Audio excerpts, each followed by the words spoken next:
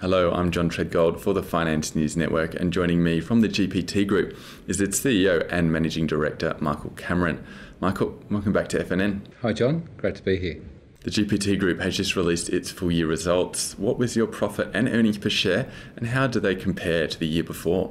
Our reported profit for 2014 was $645 million. That's 13% up on the year before. Our EPS was 4.1% increase, and what we're probably happiest about is our total return was 9.6% against a target of 9%. So we're really happy with that. GPT's fund management business grew 18% over the first half. How did it perform for the full year? The funds management business had a great year. We saw $1.4 billion of new capital raised. Overall, the funds increased by 35%, so that's about $2.5 billion. We also launched the Metro Fund, and that was the largest A-REIT IPO on the market in 2015. We raised about $255 million. So it's very pleasing to see off the back of strong performance within each of the funds. Can you outline the growth in the logistics development business?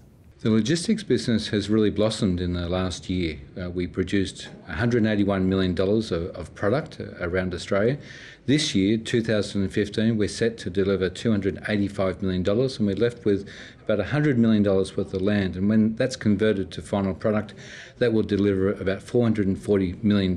How is the GPT office portfolio positioned heading into 2015? The office portfolio is in an interesting place. We chose some years ago to focus our attention on Sydney and Melbourne, and 88% of the portfolio is in those areas. In fact, we have no exposure to areas outside of the eastern seaboard. That's been a great decision because we've seen an increased level of net absorption. We've seen real rental growth in Melbourne and Sydney above 3%. Vacancies have been fairly steady and incentives have been steady. And how would you characterise the performance of the retail portfolio? The retail portfolio is well positioned in addition to the office.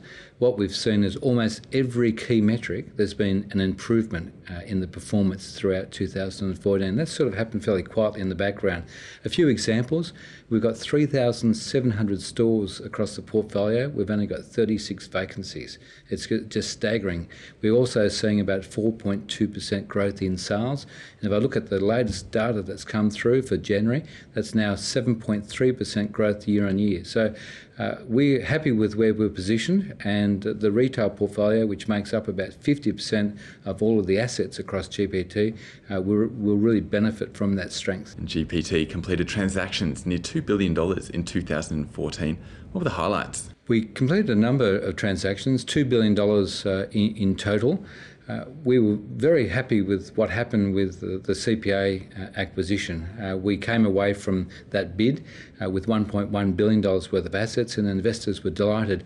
But for me personally, we invested in an asset in Victoria, in Melbourne, called CBW, the corner of Burke and William Street.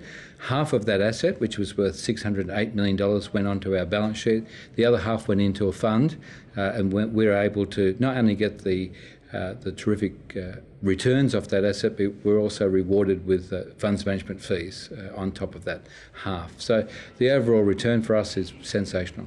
Michael Cameron, thank you for the update from GPT. Thanks, John.